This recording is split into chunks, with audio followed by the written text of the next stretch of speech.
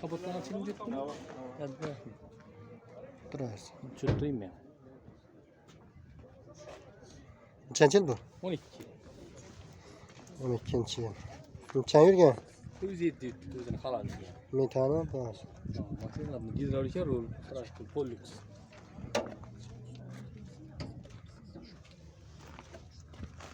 Motorlar açılmagan turibdi, açildi.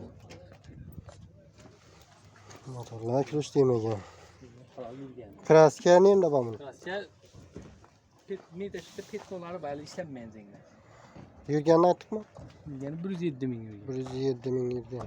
Qaladi degan. Kraska milichida yerinde bor edi. Ya balon toza, qo'l qo'li hamma toza. Diskalar qo'yilgan, balonlar toza. Toza balonlar. Balonam Elegant diskalar.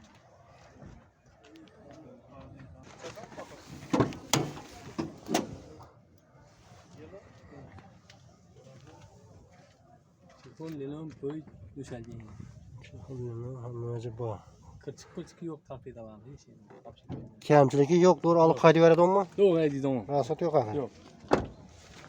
Necha so'm deymiz buni? 45 yaptığını söylüyorlar. 45 milyon deb turibdi. Variant. Dogovor barter bormi? Yetmani turar. Yok nak pul. Naqdmi pul? Naqd pul. Gashtirib berasiz axir. Hava gelsin. Nomer necha? 91'lik 91lik 918 918 91 81.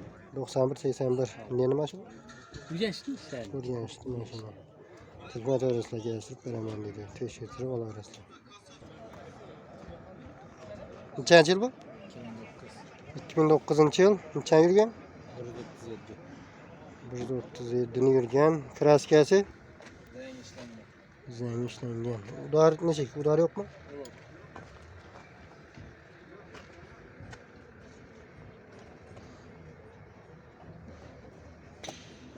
Polux. Nasıl? Polux.